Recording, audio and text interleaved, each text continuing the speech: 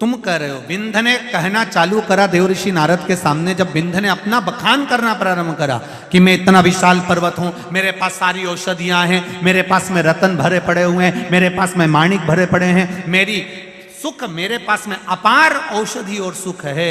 नारद जी हंस दिए कि तुमसे ज्यादा सुख तो सुमेरु के पास में है, और सुमेरु पर्वत बड़ा प्रबल है। उसके बाद भी उसके मुख से ये नहीं निकला कि मैं इतना प्रबल हूं, मैं इतना बलवान हूं, मैं इतना प्रखर। कभी कभी शिव पुराण कहती है, अपने मुख से अपना गुणगान कभी ना करिएगा, कभी ध्यान रखिए।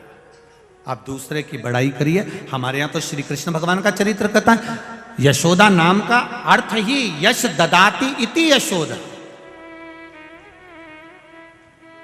यशोदा नाम में भी यश दिया है यशोदा जी ने, दूसरे को यश दिया तो यशोदा जी का नाम पड़ा कि ये दूसरे को यश देती है। गोपियां बुआरी काटती है उनको यश दे देती है, जो दूध निकाल रही हैं उनको यश दे देती है, जो घर संभाल रही हैं उनको यश दे देती हैं। शिव महापुराण की कथा करिए, आप भी यश देना प्रारंभ करिए, आपको यश मिलेगा। आप दूसरे की अगर बड़ाई कर सकते हो तो दूसरा आपकी बड़ाई जरूर करेगा। पर एक बात याद रखना कि कोई व्यक्ति तुम्हारे पास में आकर किसी की निंदा कर रहा है, बहुत सावधानी से सुनना। अगर कोई व्यक्ति किसी दूसरे व्यक्ति की तुम्हारे पास में आकर निंदा कर रहा है तो यह मानकर चलना कि यह व्यक्ति दूसरी जगह जाकर तुम्हारी भी निंदा जरूर करेगा, ये निश्चित है। इसलिए सावधान हो जाओ, थोड़ा सा ध्यान रखना जरूरी है। अगर कोई निंदा कर रहा है और तुम सुन रहे हो तो तुम तैयारी रख लेना, ये तुम्हारे पास में जब दूसरे की आकर निंदा कर सकता है तो ये तुम्हारी निंदा भी दूसरी जगह जाकर कर सकता। थोड़ा तैयारी रखिए, थोड़ा सा ध्यान रखिए, थोड़ा सा ध्यान रखकर चलिए। बिल्कुल मत आना निंदा में कि ये साहब ऐसा ऐसा ऐसा।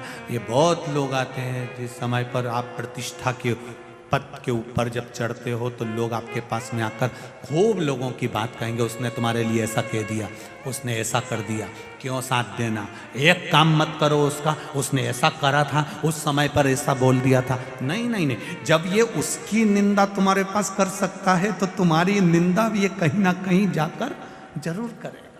सावधान हो जाओ,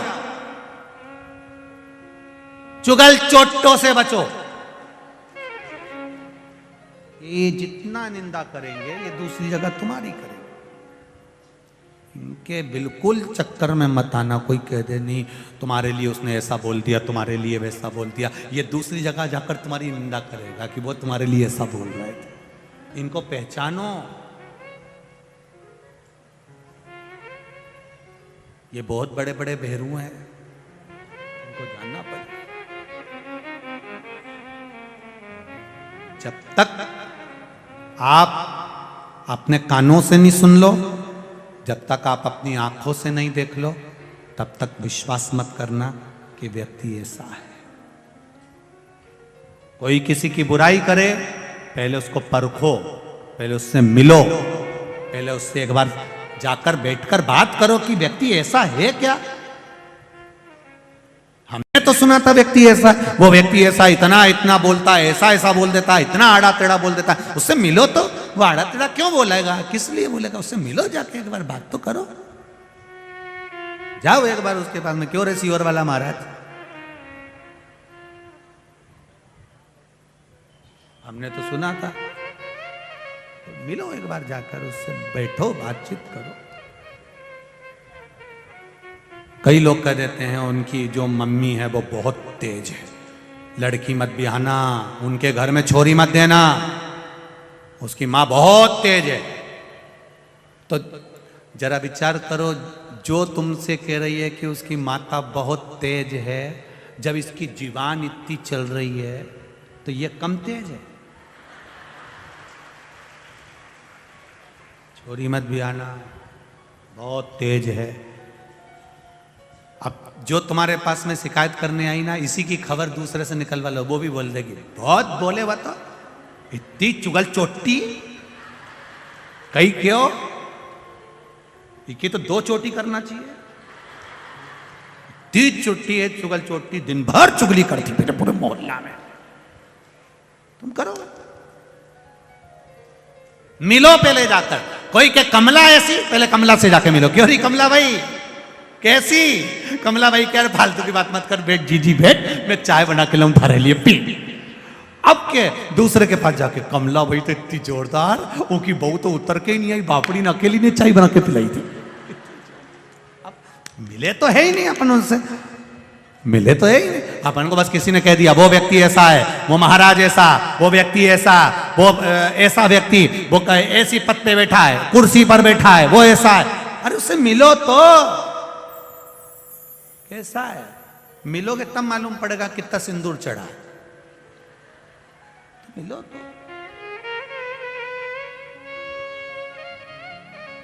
मालूम ही नहीं पड़ा, कहीं कहीं का भेरू नया नया है। अब बिंद को जाकर कह दिया नारद जी ने कि सुमेरु ऐसा है। बिंद को लग गया और बिंद ने कहा दिया सुमेरु ऐसा, हाँ मुझ में कोई बल नहीं। नहीं, हंस दिए, मुस्कुरा दिए, थोड़ी ठिठोली कर दी, और जैसे ही हंसे बिंद को बुरा लग गया। बिंद ने शिवलिंग का निर्माण करा, पूजन करने के लिए आतुर।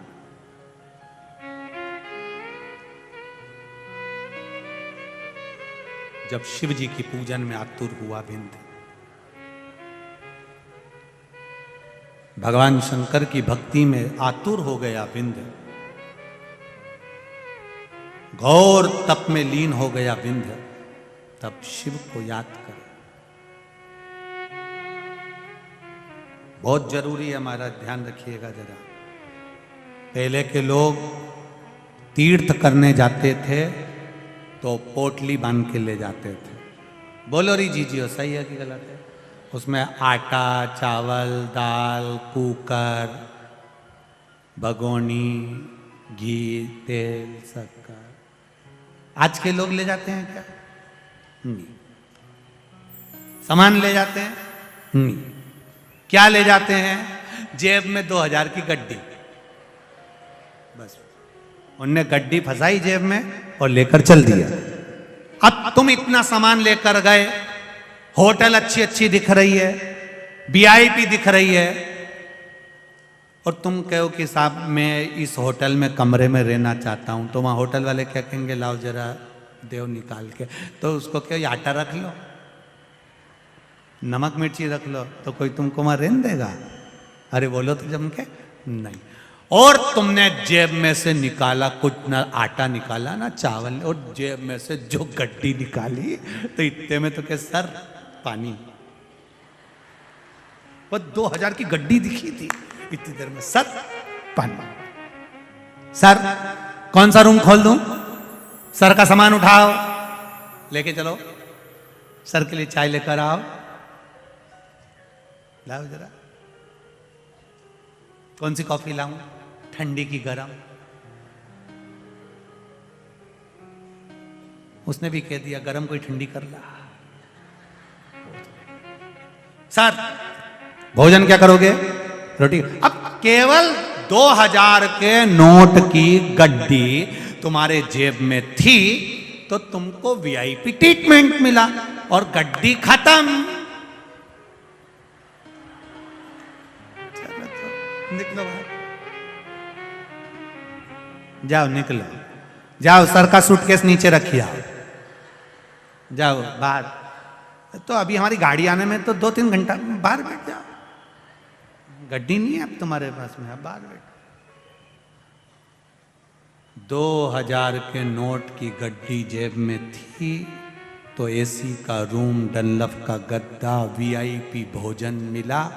उसी तरह राम नाम 2 अक्षर का तुम्हारे पास रहेगा तो ऊपर भी वीआईपी ट्रीटमेंट मिलता रहेगा, ऊपर वीआईपी। वैकुंठ का सिंहासन, खूब जोरदार गादी, तकिया ने सब मिलेगा। बस अपने पास में भगवान के नाम की गड्डी होना चाहिए, भगवान के नाम की पूंजी होना चाहिए।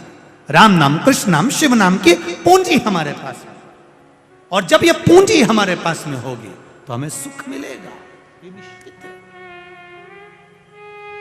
प्राप्त होगा, ये निश्चित है। महाराज विंध्य पर्वत ने तप साधना करी, और तप साधना करते करते विंध्य के मन में भाव प्रकट हो गया, शिव जी का प्राकट्य हो गया। शंकर भगवान ने पूछा, विंध्य मांग तुझे क्या चाहिए? प्रभु, लोग मुझे पूछते नहीं हैं, लोग मेरा आदर नहीं करते हैं, मुझे छोटा बताते हैं, आप कृपा कर दीजिए। शंकर भगवान ने कहा, चिंता मत कर, मैं स्वयं परमेश्वर लिंग के रूप में जो तूने शिवलिंग का निर्माण करा है, इसी शिवलिंग में मैं परमेश्वर लिंग के रूप में विराजमान होऊंगा। और भगवान परमेश्वर शिवलिंग के रूप में विराजमान हो गए। जब उस समय पर मानधाता राजा ने फिर तप किया, और राजा मानधाता ने तप किया, तब तप साधना से भगवान शंकर उस राजा मानधाता के तप के बल पर मां नर्मदा जी ने ओम नाद करना प्रारंभ करा, और नर्मदा जी यहां पर ओम रूप में आकर प्रवाहित हो गई, तो इसका नाम ओमकारेश्वर। भगवान ओमकारेश्वर के रूप में विराजित, भगवान ओमकारनाथ के रूप में विराजित। आगे वर्णन आता है, शिव महापुराण की कथा कहती है, राजा मानधाता जो भगवान शिव की अविरल भक्ति को केवल जानता था, इसके सिवाय कुछ नहीं जानता था, केवल शिव भक्ति, शिव भक्ति के सिवाय कुछ भी नहीं। और आपसे भी निवेदन है, जीवन में अगर कभी ऐसा महसूस होए आपके जीवन में, आपको ऐसा लगे कि मेरा मार्ग कौन प्रशस्त करेगा, मैं किससे पूछूं कि मैं किस मार्ग की ओर जाऊं।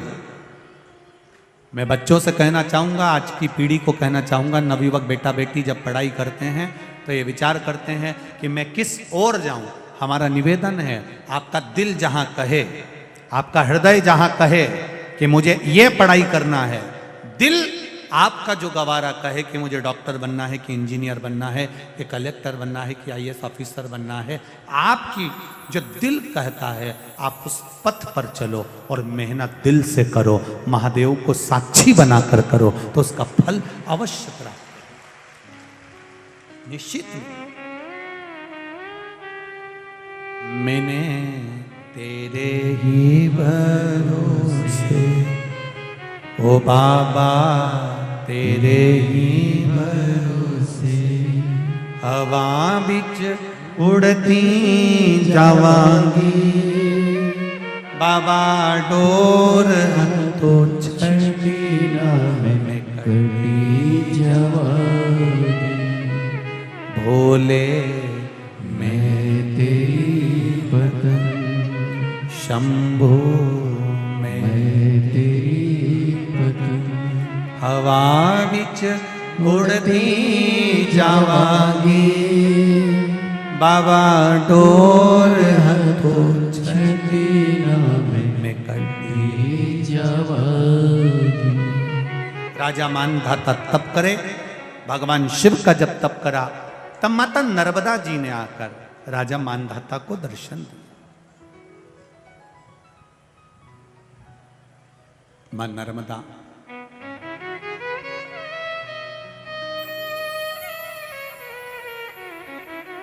जिसका गंगा की 100 डुबकी,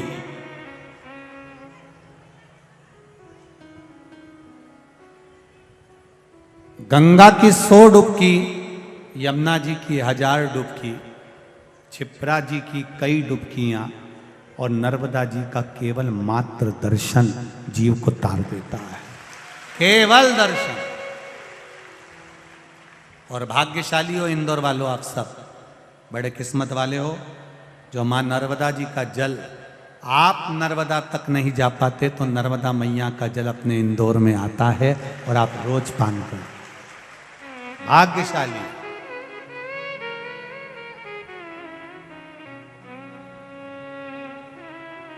मां नर्मदा का जल आपके जीवन को सार्थक बने। कितनी कृपा करी है माई नर्मदा ने कि आप नर्मदा जी के घाट तक नहीं पहुंचे तो नर्मदा जी आपके घर तक पहुंच गई। बोल नर्मदे महारानी की, नर्मदे, जम के बोला जा नर्मदे।